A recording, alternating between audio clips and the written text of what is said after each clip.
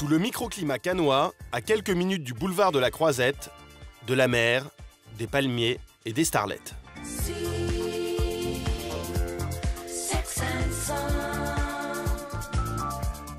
La salle des ventes de Karine Aymar, commissaire-priseur, accueille les particuliers pour une journée d'expertise gratuite. Bougez pas. Un rendez-vous très prisé dans la région. Bonjour maître, comment allez-vous? Vous allez bien? Bien. Une fois n'est pas coutume, cette dame a été devancée par l'objet qu'elle souhaite faire expertiser, acheté il y a des années. Oh, ma malle est arrivée. Elle a été livrée hier, donc du coup on va pouvoir en parler, mettre une estimation ensemble. Une livraison bien pratique, compte tenu du poids de la malle. Alors cette malle a été achetée par mon mari en salle des ventes à Paris, parce que j'avais eu un coup de cœur. Voilà, mais maintenant, je déménage, c'est plus possible. Vous pouvez plus la garder? Et non. Madame le commissaire-priseur, spécialiste du chic vintage, se réjouit de l'examiner et d'en apprécier chaque détail. Donc c'est une malle en bois, avec des bordures en cuir, avec du laiton. Regardez la hanse qui est surpiquée là. Vous avez la signature Vuitton qui est là. Souvent elle casse les hanches. Là on a beaucoup de chance, elle est en bon état. C'est vraiment magnifique. C'est très solide. Avec tous les rivets Louis Vuitton, voilà, c'est solide. Ces malles n'ont aucun secret pour Karine Aymar. Alors ça, il s'agit de la numérotation de la malle. Il faut savoir que dans les archives de la maison Vuitton, vous pouvez les retrouver et notamment, vous pouvez souvent retrouver même qui l'a commandé, quel était le propriétaire à l'origine. Si l'extérieur séduit notre commissaire-priseur, elle est encore plus enthousiasmée par l'intérieur. Voilà. Ah oui, c'est génial. Et les petits tiroirs. Avec un gainage de cuir, les tiroirs, ils sont très beaux. Hein. Très, très Elle beaux. est en parfait état. Ah oui, elle est en parfait état. Vous avez une étiquette, c'est l'époque où il y a un magasin à Paris, aux Champs-Élysées, un à Nice et un à Londres, ce qui permet de savoir que la malle date d'à peu près le premier quart du XXe. Au moment où les longs voyages et les croisières commençaient à se populariser. Les gens, ils mettaient leurs vêtements, leurs chaussures, ils arrivaient dans le paquebot, ils n'avaient rien à défaire, tout était prêt, ils ouvraient, ça c'est formidable. On voit que c'est une malle qui a voyagé parce qu'elle est patinée, il y a quand même un petit peu des coudes, elle a toute une histoire à nous raconter, malheureusement Absolument. elle ne parle pas. On n'en voit pas énormément. Hein. Tant mieux, ce sera une pièce de collection. Exactement, elle est vraiment très bien conservée, vous avez fait du bon travail. Et ben voilà. Alors, quelle sera l'expertise pour cette malle de grande qualité? On peut imaginer une estimation entre 7 et 9 000.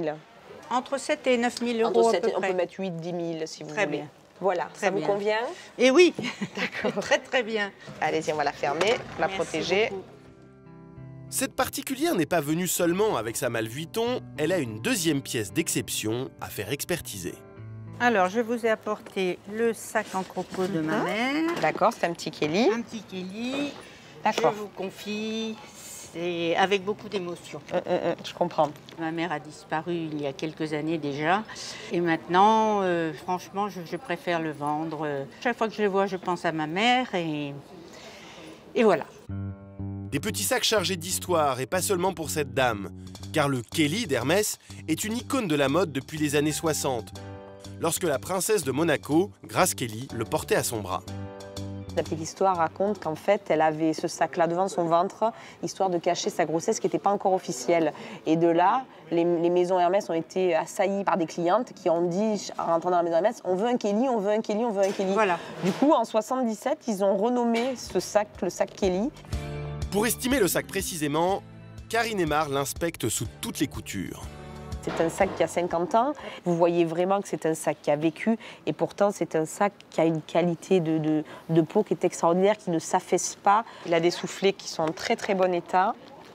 La clé est là, le petit cadenas. Vous avez la tout- clochette. Voilà, tout y est. La clé correspond Absolument. au cadenas. Au numéro du Et cadenas. gainé aussi. bien Le sûr. gainage comme ça, c'est pas sur tous les modèles qu'il est fait. C'est Non, non, vraiment non. une belle qualité. Hein. Non, non. Il faut savoir que la signature de la maison Hermès Paris est ici. C'est sur les plaques qui sont en général en plaqué or.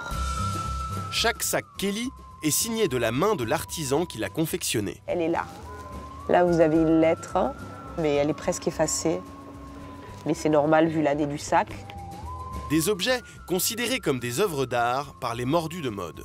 Là, on est sur une dimension, c'est à 28 cm. C'est le petit modèle. C'est très recherché aujourd'hui. Beaucoup de nouvelles générations adorent ça. C'est vraiment un objet culte. Donc on peut imaginer voilà, une estimation entre 6 et 8 000 et espérer qu'il monte un peu. Voilà, Et espérer qu'il monte un peu. Voilà. Au revoir, maître, merci à très beaucoup. bientôt et merci. Au revoir madame. Au revoir. Au revoir. Après cette double expertise, cette dame va laisser la malle et le sac pour une prochaine vente. J'ai eu un petit pincement au cœur parce que ce sont le sac de maman et la malle qui était quand même un cadeau de mon mari. Je pense que ça fera des heureux. Après avoir longtemps attendu dans la longue file d'attente, c'est au tour de ce couple venu avec un petit objet qu'ils espèrent précieux. Bonjour. Bonjour madame. Qu'est-ce que vous amenez? Bonjour. On vous apporte un bijou à expertiser D'accord. et à mettre en vente si possible. D'accord.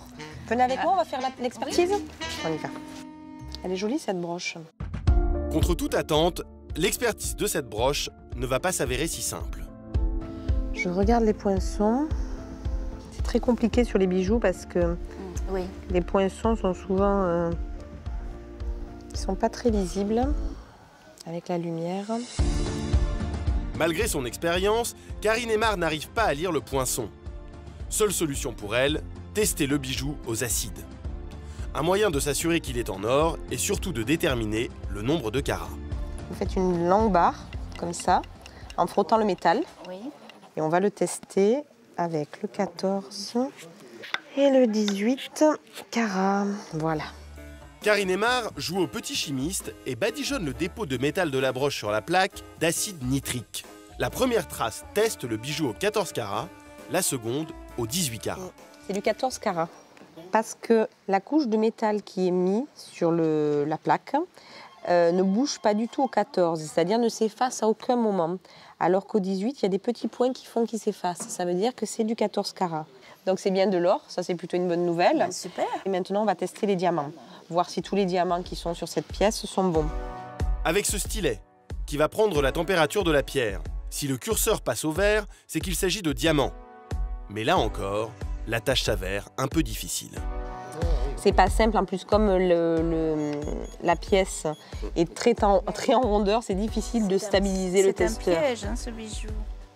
D'autant plus que les diamants sont de très petite taille. Pour les tester, il faut être très minutieux. Vous voyez les navettes qui sont là. Si vous les regardez de là, vous croyez que c'est une seule navette. Oui. Alors qu'en fait, il y en a 3. Finalement, il faut bien appuyer. Voilà, vous voyez, quand ça devient vert là, ça vous annonce que c'est du diamant. mais malgré les qualités de cette broche, l'estimation de notre expert ne s'envole pas. C'est pas des gros diamants, c'est pas des formes très vendeuses. Et le problème, c'est que même si c'était pas une forme vendeuse, mais qu'elle avait des gros diamants, on pourrait imaginer que les gens veulent les dessertir et en fassent autre chose. Oui. Sur une pièce comme ça, je dirais en estimation en salle des ventes, il faudrait la mettre autour de 1 500 € pour une Alors, pierre mise à comme prix, ça. Mise à prix. Voilà, il faudrait mettre une mise à prix à 1 500 Bon, €. ben, c'est bien. On va Voilà. faire comme ça. Merci beaucoup. Merci beaucoup, messieurs, dames. C'était très professionnel. C'était très bien. Je suis contente. C'est l'heure de la dernière expertise de notre commissaire-priseur, dont la journée va finir en apothéose. Alors, qu'est-ce que vous nous amenez de beau? Alors, je viens vous voir parce que j'aimerais avoir une idée. J'aimerais faire estimer une assiette, D'accord. qui est une assiette Picasso très certainement, qu'une amie m'a confiée. D'accord, pour une expertise. Pour une Ok. expertise, voilà. Alors, les assiettes de Picasso comme ça sont ce qu'on appelle les acidulées, Oui. c'est-à-dire des assiettes qui ont été faites par Picasso à Valoris. C'est le visage numéro 179, édition Picasso. Alors, ce n'est pas des pièces originales. Numéro 140 sur 150, ça fait partie de la fin de l'édition concrètement, et c'est signé Madura. Du nom de l'atelier qui a édité toutes les pièces en céramique de Picasso. Jusqu'en 71, il a fait à peu près 4000 céramiques originales. Et sur ces céramiques originales, il y en a à peu près 650 qui ont été faites en édition. Elles sont toutes référencées là, donc c'est assez facile. Celle-là, nous l'avons certainement dans le catalogue. Par contre, la voilà, c'est celle-ci. Il s'agit donc de la numéro 490 du catalogue. Elle a été faite en 63. Picasso, il avait quand même l'art et la manière de dessiner comme un enfant avec un trait de génie complètement, parce que là, vous avez tout sur le visage, il est très expressif, il a des yeux rieurs, et c'est vrai qu'elles ont un pouvoir attractif, décoratif qui est extraordinaire. Mais avant d'être des objets d'art, ces assiettes étaient destinées à un usage quotidien. Il souhaitait qu'on mange à l'intérieur, donc je vous invite tous à manger dedans, c'est très sympathique. Elles sont très belles. Bon, maintenant, après, une fois que vous saurez le prix qu'elle vaut, peut-être que vous n'aurez pas tant envie de manger dedans. Et en effet, On peut imaginer une estimation entre 3 500 et 4 500 euros. D'accord. Ou même Donc on n'a pas 4 envie 5 000. d'utiliser au quotidien. Pas trop. Très bien. Bah, écoutez, moi je vais en Vous faire lui part dites, à mon ami. voilà, puis je reviens vous lui vers en faites part et vous lui expliquez.